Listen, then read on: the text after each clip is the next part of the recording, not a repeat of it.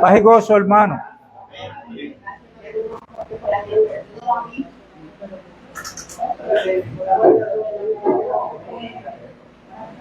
Vamos a aclarar un error que yo cometí en la reunión pasada,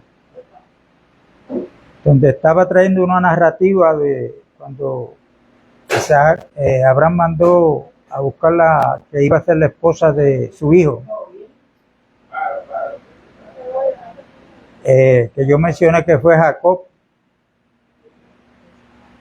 Vamos a aclarar que no fue Jacob, fue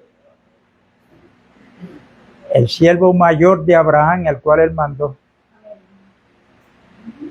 Entiendo yo que fue Eliezer, un siervo que él había comprado en Damasco. Y aclarado eso, pues vamos a ministrar hoy la última ministración sobre Jeremías 2:13, donde Dios dijo que el pueblo de él, su pueblo, había cometido dos errores. Primero es que lo dejaron a él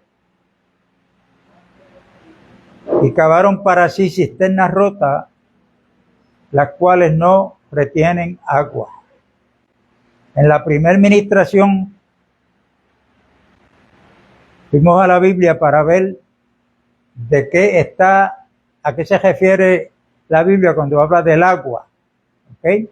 Está en la primera ministración. Y no es que yo esté abarcando todo el tema desde el principio hasta el fin, sino que este tema, al igual que otros, que yo los inicio, los llevo hasta cierto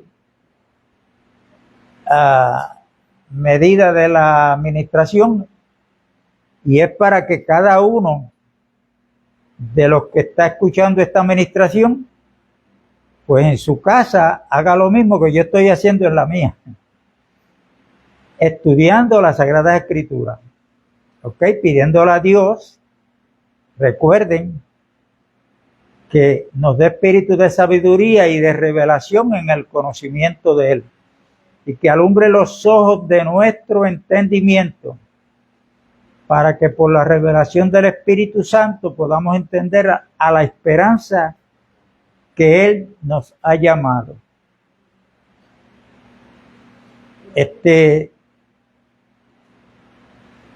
Y es bueno ver que cuando Dios habló a través de Jeremías, se estaba refiriendo al pueblo de Israel. ¿Ok? Pero Jesucristo dijo una parábola, Mateo 13, y Él dijo lo siguiente,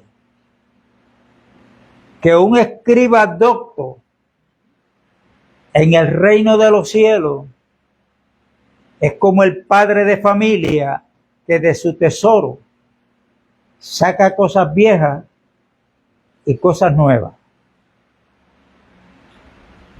Un escriba en el viejo pacto era el que se preocupaba, era responsable de mantener las escrituras en su estado original, las interpretaba muchas veces, tenía una función que tenía que ver con las escrituras. Pero fíjense lo que dijo Cristo,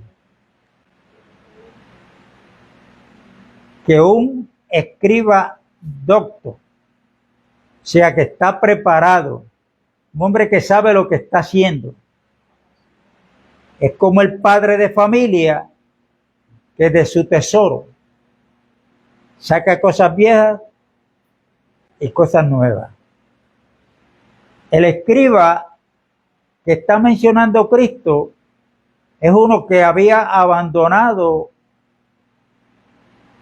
las prácticas de la ley y que ahora pertenece al reino porque creyó en Jesucristo y se convirtió a Jesucristo.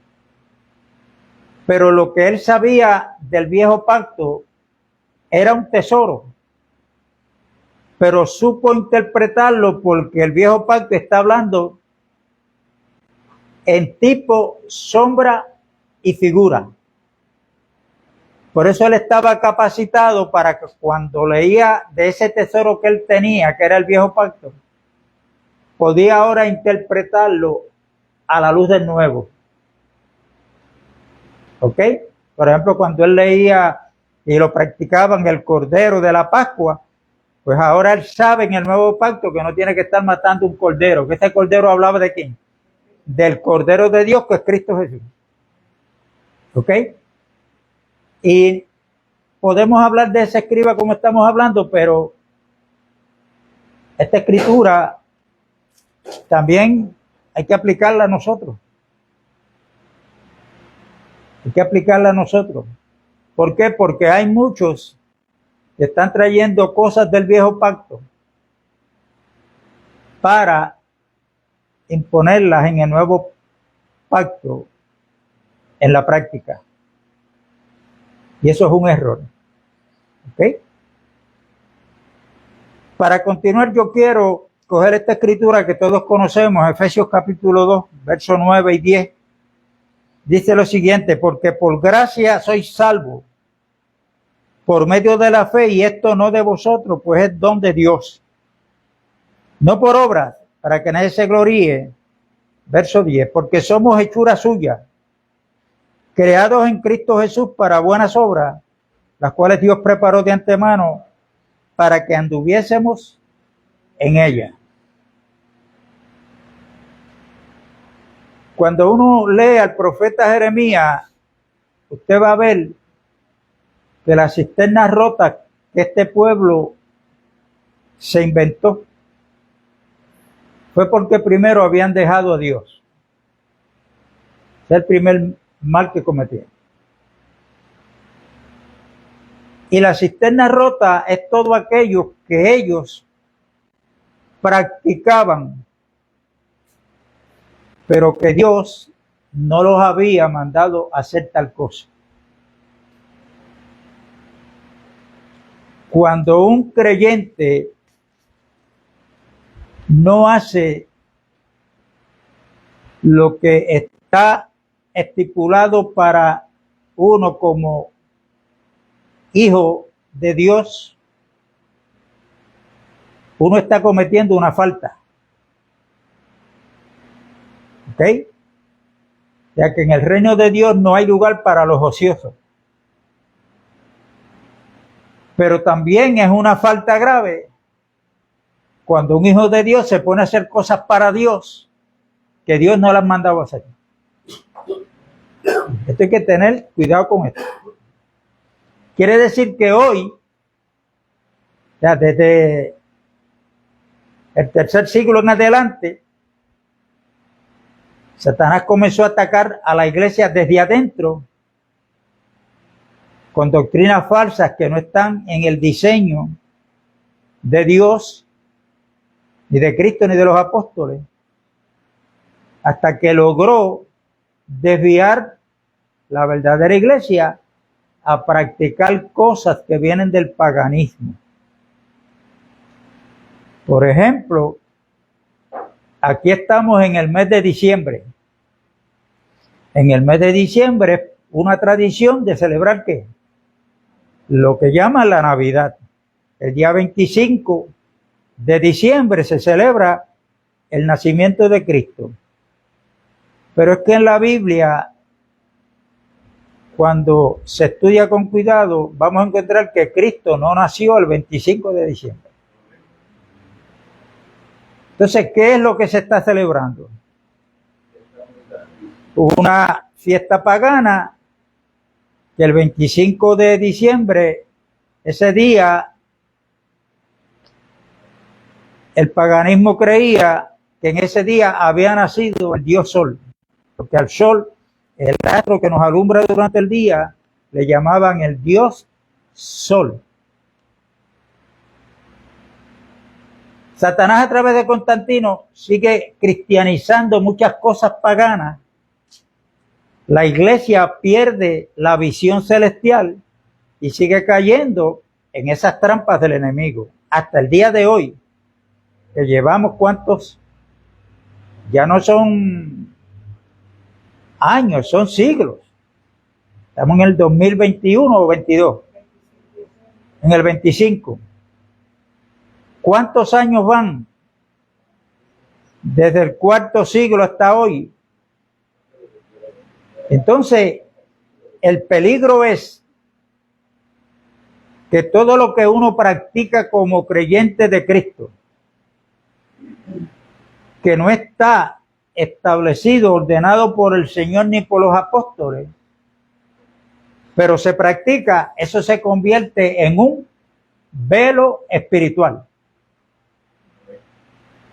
Jesucristo fue bien claro con los escribas y fariseos, pero esa palabra que él le dijo a los escribas y fariseos, en el día de hoy es aplicable a un % bien alto del pueblo llamado cristiano. Cristo le dijo: ustedes han invalidado la palabra de Dios por vuestras tradiciones. La mezcla hay que tener cuidado. Si usted lee en el libro de Deuteronomio, capítulo 22 y verso 10, usted va a encontrar ahí que Dios prohibió al pueblo de Israel, que era un pueblo agrícola, que cuando fuera a arar el terreno, para ararlo necesitaba un buey, pero el compañero tenía que ser otro buey. Entonces Dios prohíbe ponerle el yugo a un buey y al otro lado a un asno. Eso es yugo desigual. ¿Ok? Nosotros, Cristo en el capítulo 11 de Mateo nos manda y nos dice que su yugo es fácil y ligera su carga. Y nosotros con quien tenemos que estar unidos es con Cristo. No son con mandamientos de hombres ni con sectas religiosas. Porque la secta religiosa pasa a ser una cisterna rota que no retiene agua. Se habla del agua, que es el Espíritu Santo, que es la presencia del Señor. Pero retener en nuestro diario vivir son dos cosas diferentes. Entonces, para nosotros retener lo que Dios nos ha dado en Cristo, tenemos que entender que somos vasijas de barro, pero que dentro de nosotros hay un tesoro. Hay un tesoro. Y escúcheme bien lo que voy a decir ahora. Cuando Cristo puso la primer pareja en el huerto, allí habían árboles de diferentes categorías, y Dios les dijo que podían comer de todo árbol que había allí que daba fruto, menos del árbol del conocimiento del bien y del mal. El día que coman de él van a morir. Eso es una muerte espiritual, lo que está hablando el Señor. Satanás entra en conversación con la mujer, y cuando ella le presta su oído para dialogar, ya ahí él la va cautivando. ¿Y por qué yo lo sé? Porque ella, cuando habló, añadió a lo que Dios le había dicho. Satanás le dijo con que Dios, y ahí comienza la conversación, y ella le dijo: de todo árbol podemos comer, pero del árbol del conocimiento del bien y del mal nos prohibió comer, y qué más, y que no lo tocáramos. Eso Dios no lo dijo, porque esto es asunto de lo que comemos, y lo que comemos es lo que recibimos. Recuérdense que el viejo pacto es del Espíritu, y cuando, por ejemplo, Cristo en Juan capítulo 6 dice: el que come mi carne y bebe mi sangre tiene vida eterna. Bueno, eso lo están malinterpretando los curas católicos cuando dan lo que le llaman la hostia. Ellos sí que tienen poder para que cuando alzan la hostia Cristo viene literalmente y se convierte ahí. Ese cantito de pan que usted come es el cuerpo de Cristo. Porque están interpretando Juan capítulo 6. Y yo no sabía que el cuerpo de Cristo lo preparan en Ay Bonito. Porque ahí es donde está la fábrica de unas monjas que son las que preparan las hostias y las reparten a las diferentes congregaciones católicas aquí en Puerto Rico. O sea que ellas también tienen el poder para preparar el cuerpo de Cristo ahí según los católicos.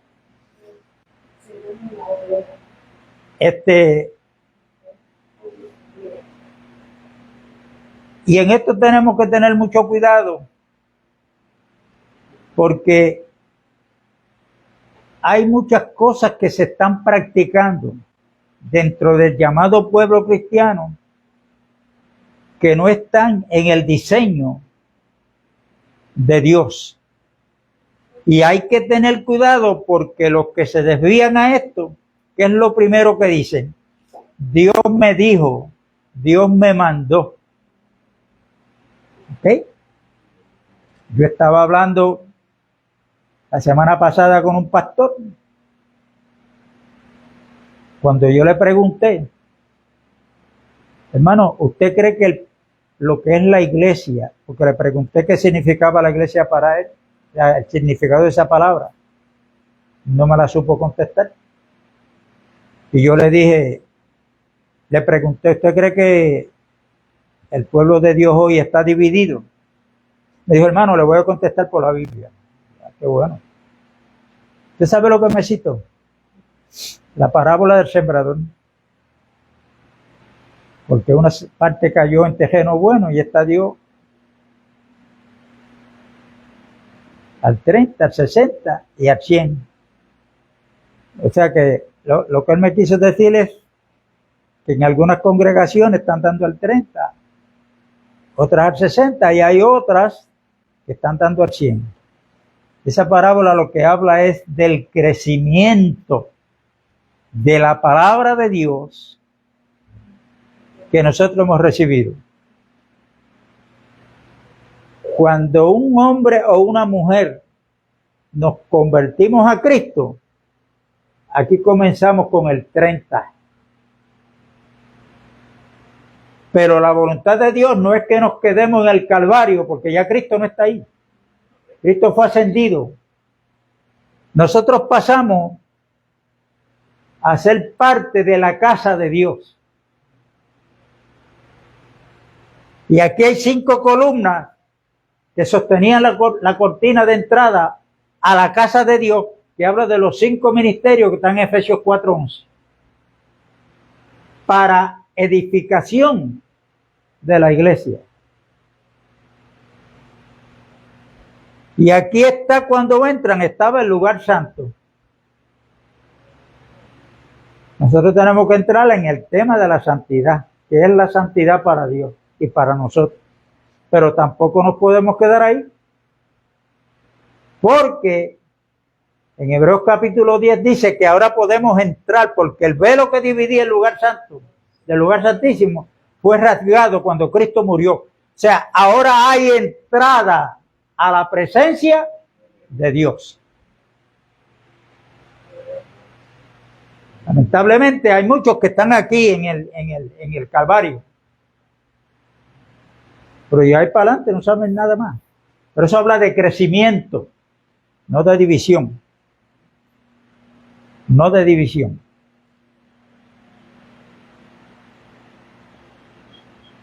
Y hoy, como en el pasado, el pueblo de Israel, lamentablemente la iglesia,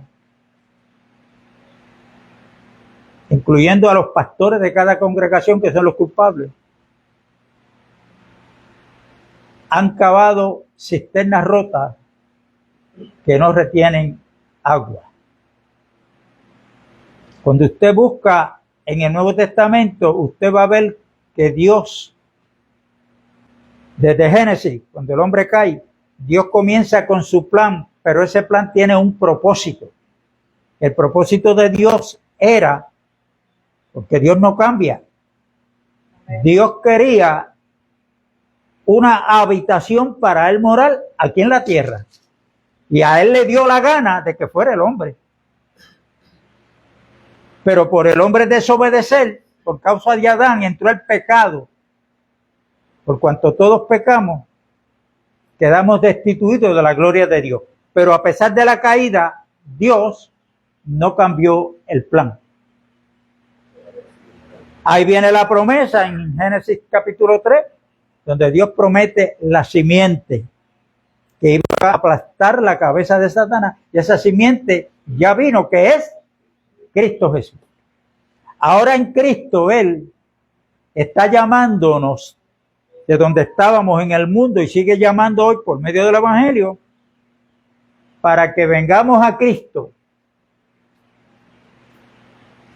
Y cuando llegamos a Cristo,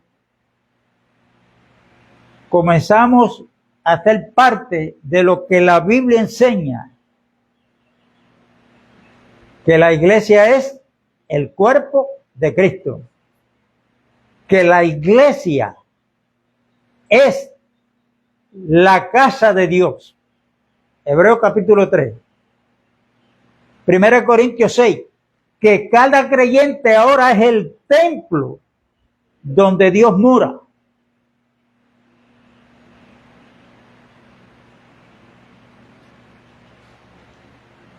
Entonces, ¿por qué yo voy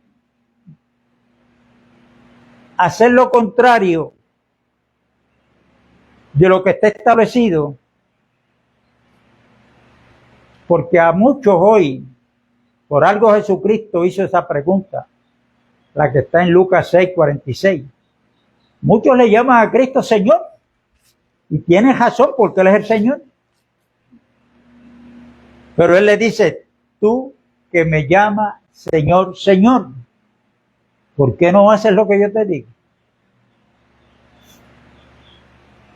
Porque si Cristo es el Rey como lo es, quiere decir que los súbditos estamos llamados a obedecer lo que Él ha mandado. Leímos en Efesios 2:10 que fuimos creados en Cristo Jesús para buenas obras, las cuales Dios preparó de antemano para que tú y yo, los creyentes, andemos en ellas. Y cuando vamos a descubrir esas buenas obras, bien pocas se están practicando. Y cuando las practiquemos, que nos damos cuenta o tengamos revelación de cuáles son esas buenas obras, cuando las practiquemos, siempre tenemos que darle la gloria a Dios porque no son obras nuestras, son de Dios. Usted sabe lo que quiere Dios con su pueblo. Él lo que quiere es que aprendamos en lo práctico a estarnos quietos, a reposar en Él. Por eso es que cuando Cristo fue ascendido a los cielos, la Biblia nos dice que Él se paró al lado del trono del Padre. ¿Qué es lo que dice? Se sentó. ¿Y qué quiere decir que se sentó? Lo que quiere decirle es que al Cristo sentarse nos está enseñando que lo que había que hacer para la redención del hombre, de la humanidad, ya no hay que hacer nada más porque Él la llevó a cabo completa. Pero lo lindo y lo bueno es que también dice de nosotros, y juntamente con Cristo, nos sentó en los lugares celestiales. Esto es en cuanto a la salvación y a la redención. Yo no estoy aquí ministrando la palabra para ser salvo.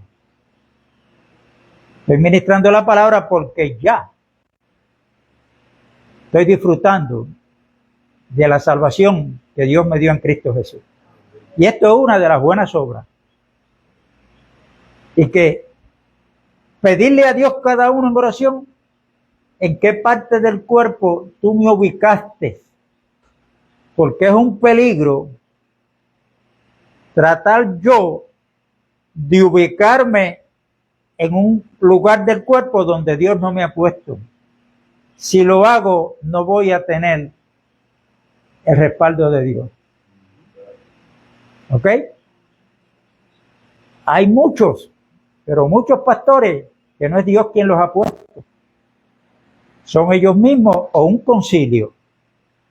Hay muchos profetas que ni votándolo se acaban. Pero ellos se han puesto como profetas, evangelistas. Ayer tarde yo estoy buscando en YouTube a ver si hay algún mensaje bueno que pueda escuchar. Sale una pastora jovencita. ¿Ah? Estos músicos. ¿Y cuál fue la palabra de ella?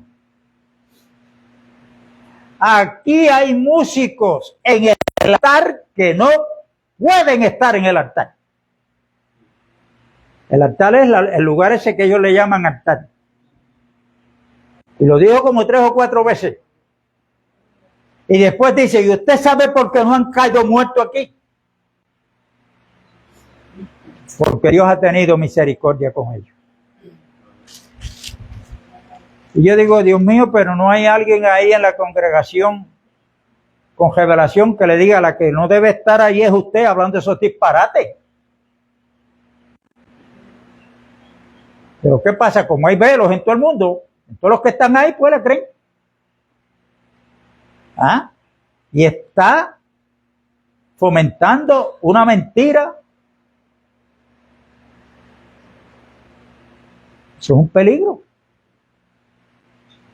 Eso es un peligro. ¿Por qué? Porque eso, en el nuevo pacto, nosotros somos, después de Cristo, Juan capítulo 2, le pidieron señal a Cristo. Cuando Él sacó los mercaderes del templo, en el viejo pacto. ¿Con qué autoridad haces tú eso? Danos señal de lo que tú eres. Y Él dijo, pues destruyan este templo, 3 días lo voy a levantar. 36 años nosotros, porque ellos se refirieron al templo que tenían en Jerusalén.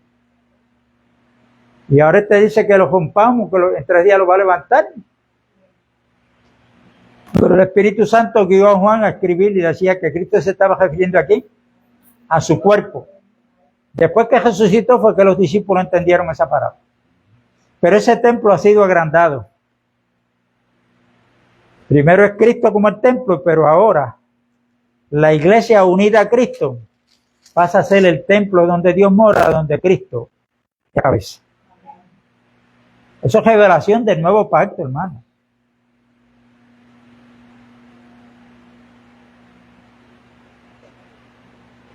Y hoy nosotros cada vez, por ejemplo, eso es una cisterna J, lo que celebran el 25 y el 24 y las octavitas, todo eso, toda esa fiesta. ¿Cuántas veces Dios no le advirtió al pueblo de Israel que no practicara las costumbres de las demás naciones? Ellos no hicieron caso. Hermano, esa advertencia es para nosotros hoy también. Lo que pasa es que con otras palabras, otras formas de decirnos, nos dice la Biblia en el Nuevo Pacto, Juan, que no amemos al mundo, ni las cosas que están en el mundo. Porque el que ama al mundo se constituye en enemigo de Dios. Claro, hay que entrar en una enseñanza. ¿Qué es el mundo? Que no debemos amar. Pues mire, la política, las religiones, las sectas religiosas, todo eso pertenece al mundo. Porque las sectas religiosas no vienen de Dios. Dios quería un pueblo unido para unirlos en Cristo, para Él llevar a cabo su propósito eterno. Ahora Él tiene aquí en la tierra don de moral, y es el hombre o la mujer que se convierten a Cristo, que nacen de nuevo, nos convertimos en la morada de Dios. Por eso Cristo dijo a Juan, el que me ama y guarda mi palabra, mi Padre le amará. Y vendremos a Él y haremos morada en Él. La religión ha servido para dividir. ¿Ok? Entonces, cuando Satanás entra en la conversación allá en Génesis con Eva, ¿qué fue lo que le dijo? Lo que pasa es que Dios sabe que si ustedes comen de ese árbol, van a ser igual a Dios. No se borre esto de la mente. ¿Cuál fue el pecado que se encontró en Adán cuando era ángel de luz? Que quiso ser igual a Dios.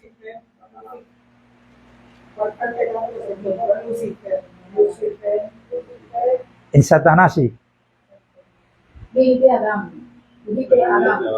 Pero lo aclaramos ahora. En Lucifer, en Satanás.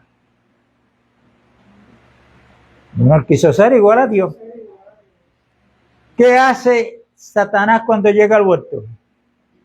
Ese deseo de él se lo transmite al ser humano. Al ser humano. Y todo hombre, tenga los diplomas que tenga los estudios que tenga, está funcionando bajo criterios humanos, es porque, aunque no lo diga con su boca, él se cree que es igual a Dios. Si yo soy igual a Dios, ¿para qué yo necesito a Dios? Explíqueme. Y si usted entiende esto, entonces vamos a entender a Cristo cuando Él actuó como hombre. Venció al diablo como hombre. Fue a la cruz como hombre. Para enseñarnos que por más crecimiento espiritual que tengamos, tenemos que entender que seguimos siendo hombres y no Dios.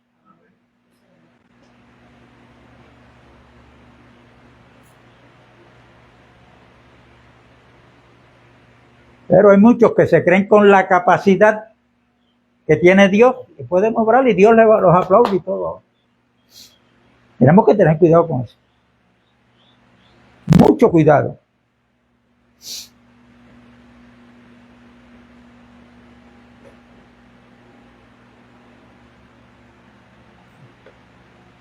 Y cuando yo le mencioné ahorita lo de Deuteronomio 22 y verso 10, del buey y el asno, no se puede arar con eso juntos.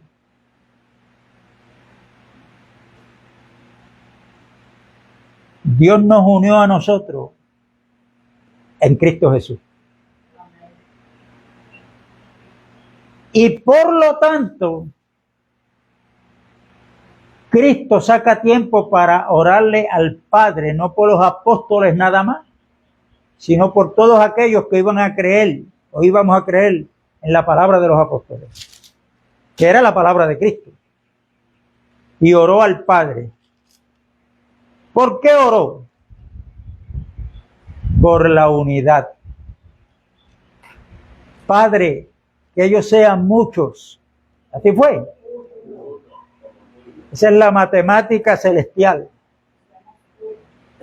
Que seamos uno. Cuando Pablo enfrentó a los corintios por la división que había entre ellos, la pregunta que le lanzó Pablo fue la siguiente: ¿acaso Cristo está dividido?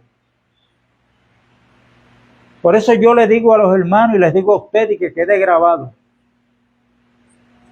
el que no ha logrado tener discernimiento de lo que es la iglesia,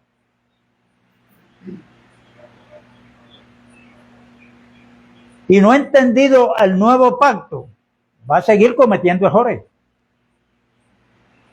Errores que los que cometan tales errores van a coger peligro. Están corriendo peligro. ¿Ah? Ahí está un Mateo 7:21 que se cita cuántas veces. Y hay que seguirlo citando. En aquel día muchos me dirán, muchos, en tu nombre, Señor, predicamos, enseñamos en las plazas, estamos enfermos. ¿Y cuál es la respuesta? Apártese de mí porque nunca los conocí o nunca los aprobé. O sea, que la manifestación de milagros no indica que ningún cristiano está correctamente. A Moisés se le advirtió 19 veces. Cuando Dios lo llevó al monte Sinaí a mostrarle el tabernáculo que él iba a levantar. Se hablaba de la morada de Dios porque aquí en el lugar santísimo era que Dios se manifestaba para hablarle a él.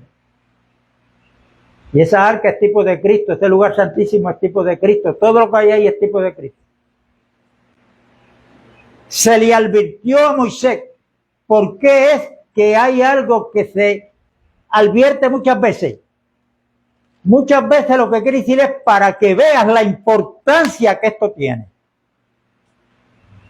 19 veces, mira que lo hagas conforme al modelo que se te ha mostrado. Cuando usted lee el capítulo 40 del libro de Éxodo, usted va a ver que la gloria de Dios, cuando Moisés levantó el tabernáculo, la gloria de Dios llenó ese lugar que ni Moisés se atrevía a meterse para allá. Pero léalo con cuidado para que usted vea por qué la gloria de Dios llenó ese lugar. ¿Cuántas veces se repite? Porque Moisés hizo conforme al modelo que Dios le dio. Estoy parafraseando eso. Entonces, si en Hebreos 3 dice que Moisés fue fiel en toda la casa de Dios en cuanto a lo que se había que decir, ¿cuánto más Jesucristo como hijo sobre su casa, que es la iglesia? O sea, Moisés fue fiel, pero Cristo ahora no es fiel porque Cristo me falló. Él me dijo que iba a edificar la iglesia, pero ahora Dios me mandó a que le edifique una iglesia de bloque, de lo que sea. Cristo falló, hermanos, en eso. Eso es lo que se está queriendo decir con lo que se está practicando.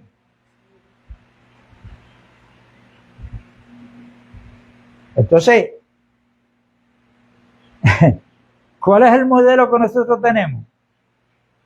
El modelo es Cristo Jesús. Entonces Dios nos unió a Él porque la meta de Dios con nosotros es conformarnos a la imagen de su Hijo Jesucristo.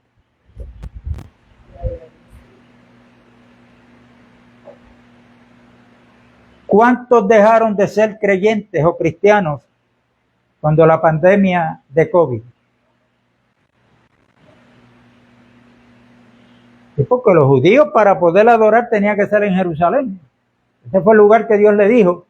Pero como judíos y samaritanos no se llevaban, los samaritanos creían en Dios, pero no podían adorar en Jerusalén. ¿Qué hicieron ellos? Pues en el monte Gerizim, allí hicieron un templo. Ellos iban a adorar allí.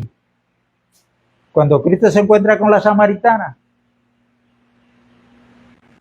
ya todos sabemos el diálogo. Ustedes adoran, les dijo Cristo, lo que no saben. Nosotros adoramos lo que sabemos, porque la salvación viene de los judíos. Y créeme, mujer, que la hora viene y ahora es ya. Que ni en Gerizim allá, ni en Jerusalén, es el lugar para adorar a Dios. Porque Dios es espíritu y a Dios hay que adorarlo en espíritu y en verdad. Y tales adoradores está buscando Dios. Usted no tiene que ir a ningún lugar a adorar a Dios. Usted adora a Dios con sus actos diariamente, porque usted es el templo donde Dios mora por medio de su Espíritu Santo. Y la adoración se da cuando hay obediencia. Y eso yo lo consigo en Génesis, cuando Dios le dijo a Abraham, sacrifícame a tu único hijo a quien tú amas. Cuando iban por mitad de camino, Abraham iba con uno de los siervos. ¿Qué le dijo él? A esos que andaban con él. Esperen aquí. Mi hijo y yo iremos y adoraremos. Ah, ¿qué cántico sería el que iba a cantar a Abraham con Isaac allá?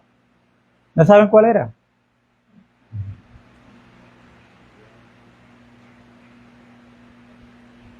Él no iba a cantar, él dijo que iba a adorar. ¿Y qué fue lo que quiso decir Abraham cuando dijo vamos a adorar? Porque voy en obediencia a lo que Dios me mandó que hiciera. O sea, hermano, si no hay obediencia, no hay adoración. Cada vez que usted obedece al Señor, usted está adorando a Dios. Está adorando.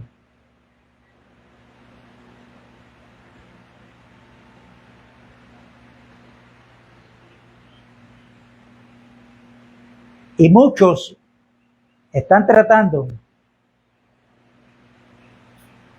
de llevar hermanos, de congregarlos, que esperemos a Cristo, pero están en yugo desigual. Cada vez que un hombre o una mujer se convierte en una congregación y se hace parte de esa secta religiosa, llámese católico, pentecostal, bautista, metodista, luterana, no importa cómo se llame, porque ninguna está en el plano de Dios, se está convirtiendo en un yugo desigual. Punto. Y eso se da en el yugo desigual, pues, ¿dónde lo ha encajonado la religión? Cuando un hombre se va a casar con una hermana. Y si la hermana es cristiana y él no es cristiano, hermana, la Biblia dice que no haga yugo desigual. Ok, pero no me lo deje ahí. Ese yugo desigual va más allá de la pareja de entre un hombre y una mujer.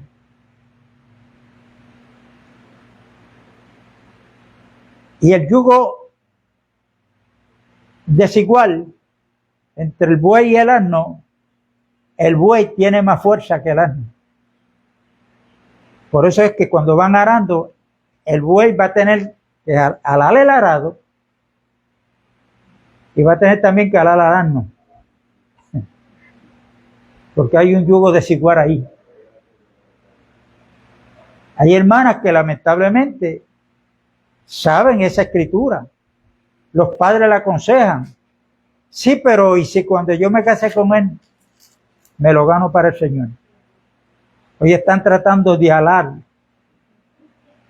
algo que jamás van a poder. Y ahora son esclavas de un yugo desigual. Pero eso hay que sacarlo de entre una pareja, entre un hombre y una mujer, y hay que ir más allá, buscar más revelación. Repito, cuando usted o yo nos afiliamos a una secta religiosa, eso es yugo desigual. Yugo desigual. Cisternas rotas que no retienen agua. Entonces, una de las buenas obras que Dios ha creado para que nosotros andemos en ella, si usted se busca en el Nuevo Testamento, tanto en el Cristo histórico como las epístolas de los apóstoles, es que nos amemos los unos a los otros, pero hay un modelo. Yo no voy a amarlos a ustedes como a mí me da la gana. Yo voy a amar al hermano Juan porque ese hermano conmigo, mire. No puede haber acepción de personas. El modelo es que Cristo dijo, Juan 13:34, un mandamiento nuevo os doy, que os améis los unos a los otros. Aquí está el modelo, como yo los he amado. Pregunta, ¿te merecías tú o me merecía yo que Cristo muriera por mí en la cruz? Por eso es que Juan dice, en esto consiste el amor, No en que nosotros hayamos amado a Dios, sino en que Él nos amó primero y dio a su Hijo para rescatarnos.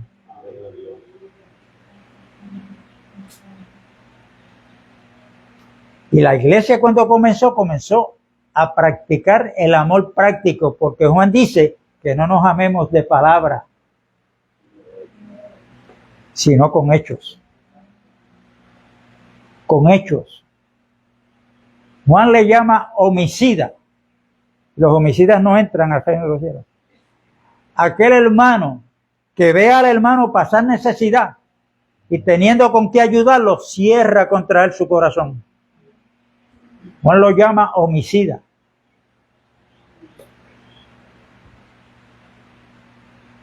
Lo llama homicida.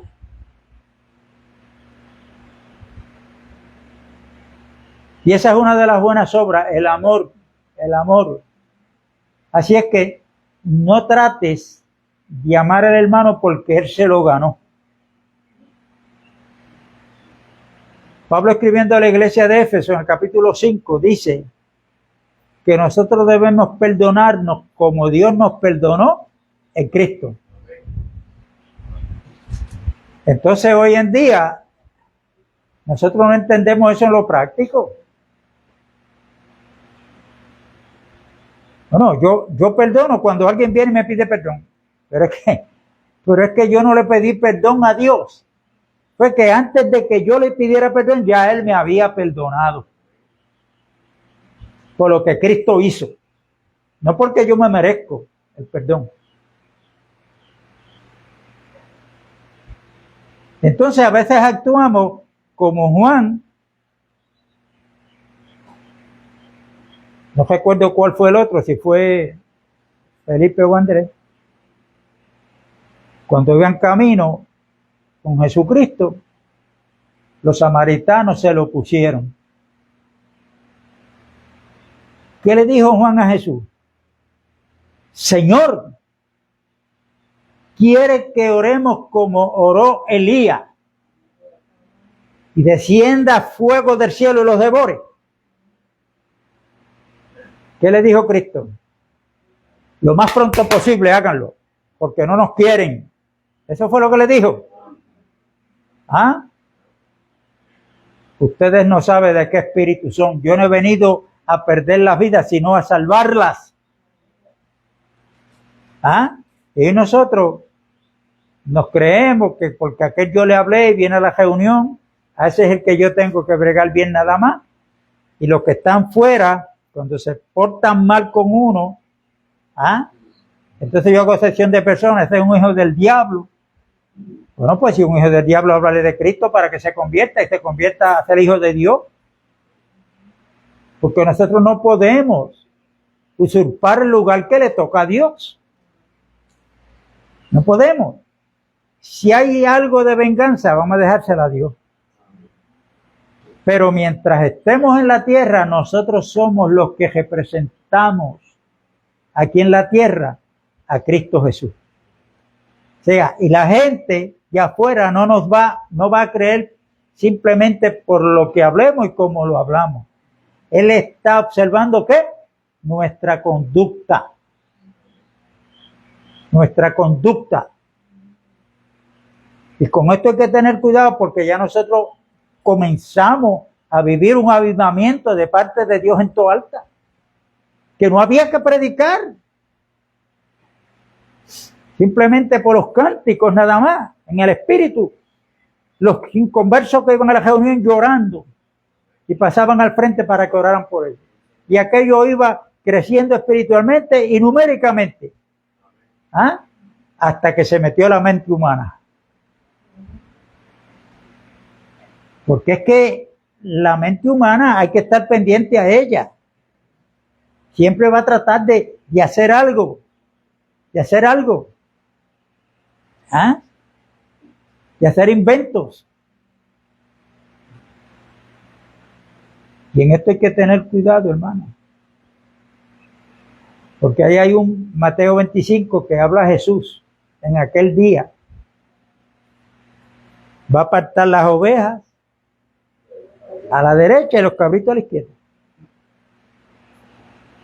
¿Qué le va a decir a las ovejas? Vengan benditos de mi Padre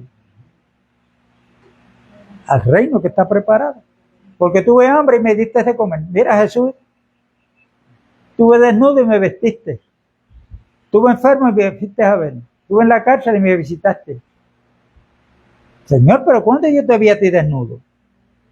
Te vestí. Te van a preguntar.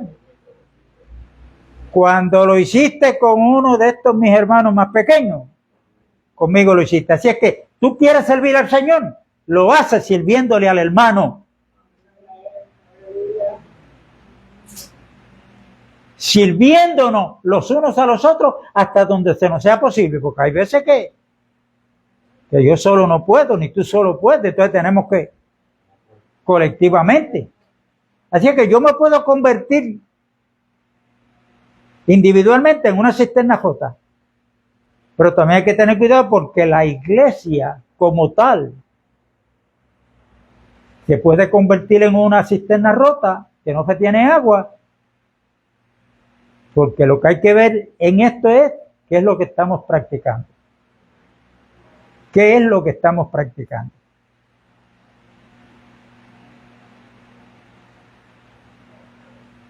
Y el Señor, cuando le hablaron del matrimonio, porque querían, eran preguntas capciosas. Y cuando le hablan del matrimonio en una ocasión, ¿por qué Moisés mandó a darle carta de divorcio?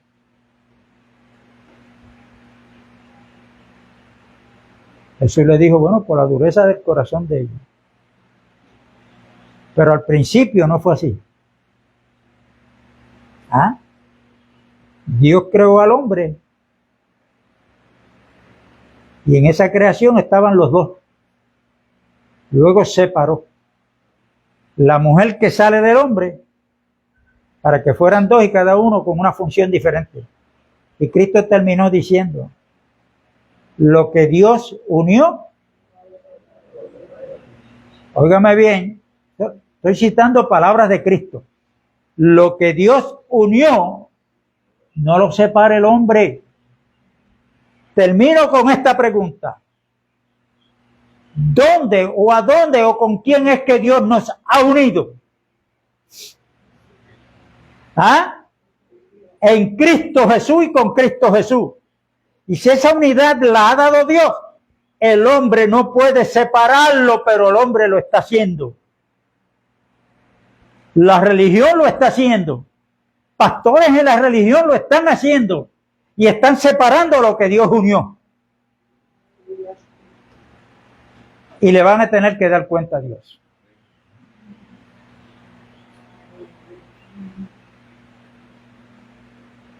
¿Entendemos o no? Así es que cuando haya alguien por ahí que le pregunte, ¿y dónde tú te estás congregando? ¿En qué iglesia tú estás yendo? Pues ninguna. Ah, pero tú no eres creyente. No, sí, soy creyente. Lo que pasa es que yo no puedo ir a lo que yo soy. Yo soy parte de la iglesia que es el cuerpo de Cristo. ¿Y cuántos son?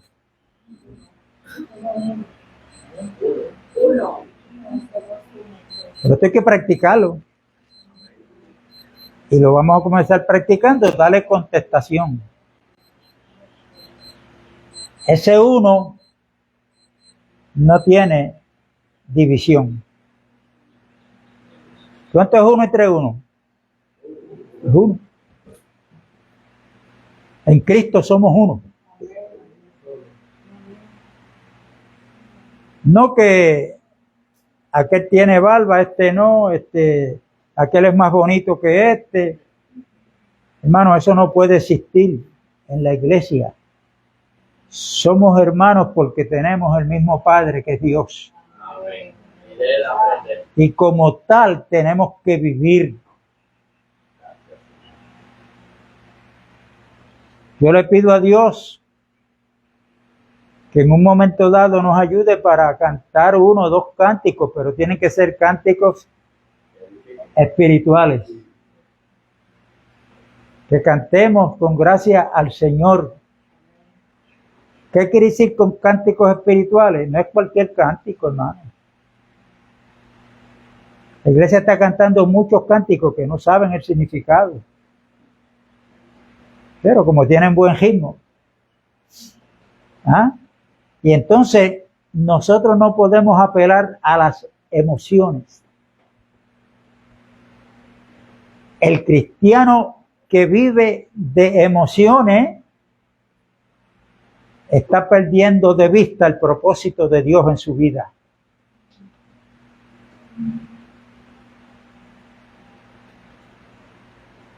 Y al alboroto y a los gritos, eso se le está llamando la manifestación del Espíritu. Cuán equivocado están, bendito. Sí. Si usted quiere saber, sí, porque los que son guiados por el Espíritu, los tales son los hijos de Dios, eso dice Romanos 8. Pero usted quiere saber si usted es un hijo de Dios, aunque sea dando el 30 todavía. Bueno, pues léase Gálatas 5. A ver qué se está manifestando en usted, si los frutos de la carne o el fruto del Espíritu. Fíjese que cuando habla de la carne habla en plural, pero cuando va a hablar del Espíritu habla en singular. ¿Por qué? Porque todo eso, el amor, gozo, paz, paciencia, benignidad, bondad, fe, mansedumbre, templanza, eso no es mío, yo no lo puedo generar. Ese es el carácter de Cristo manifestándose a través de mí. Y a través de usted. Entonces ahí yo me voy chequeando yo, a ver cómo está la viga en el ojo mío, antes de mirar la paja que pueda haber en un hermano. ¿Cómo yo actúo cuando alguien me hace algo en contra de mi voluntad? ¿Me hiere en qué forma yo me manifiesto? Y ahí voy aprendiendo. Y cuando me voy a salir de las casillas, como decimos los boricuas, digo, Señor, güey, esto no es tuyo, espérate. Y hermano, a medida que uno comienza a practicar algo, la práctica hace la perfección. La perfección. A medida que usted va practicando algo, empezó no sabiendo, pero lo sigue practicando hasta que se hace un perito en el asunto. Pues cuando comenzamos a practicar esto, por ejemplo, cualquiera cree que nos puede llamar comelones o qué sé yo qué, porque siempre alguien de los hermanos trae algo de picar, de comer. Es que la comida también, dentro de un ambiente espiritual, habla de la unidad, del amor manifestado. La semana pasada comimos arroz junto con habichuelas, fue. Pero todos comimos de la misma comida. No era que pues José dijo, déjame llevar arroz junto para otro, arroz blanco para otro, o unas sopitas para otro por si acaso. No. Había para todos la misma comida. Pues todos estamos comiendo espiritualmente del mismo pan que es Cristo Jesús. Y con esto termino. Porque esto hay que profundizar en el nuevo pacto. Escúcheme bien que voy a terminar con esto. Aquí en el arca, en el lugar santísimo, ustedes saben que estaba la vara de Aarón que había florecido. Las tablas de la ley. ¿Pero qué más había? Una urna llena del maná que cogían en el campo. Ese maná que caía era visible. Por la mañana tenían que ir porque caía en el rocío de la mañana. Ese rocío significa la gracia de Dios. El maná tipifica a Cristo, que vino lleno de gracia y de verdad. Pero mientras ellos comían de ese maná que estaba a la vista de los ojos, había un maná que estaba escondido. Hay una promesa de parte del Señor en las iglesias de Apocalipsis, que al que venciere, Dios le va a dar a comer del maná escondido. ¿Qué es eso? Mientras yo leo a Mateo, Marcos, Lucas y Juan, ese es el Cristo histórico, que lo vieron allí, los que estaban. Pero ahora hay algo más excelente que tenemos que entender, que es que el Cristo escondido, que es Cristo, tipificado por ese maná, ese es el que Dios quiere revelar a cada uno de nosotros. Y ese no se ve con nuestros ojos físicos, ni se busca en cualquier sitio. No. Ese es el Cristo que vamos a tener, como dijo Pablo, que Dios le había placido revelar a su Hijo en él. Es el Cristo revelado el que la iglesia necesita. Si no me han entendido, después de la grabación seguimos hablando. La paz de Dios es con todos.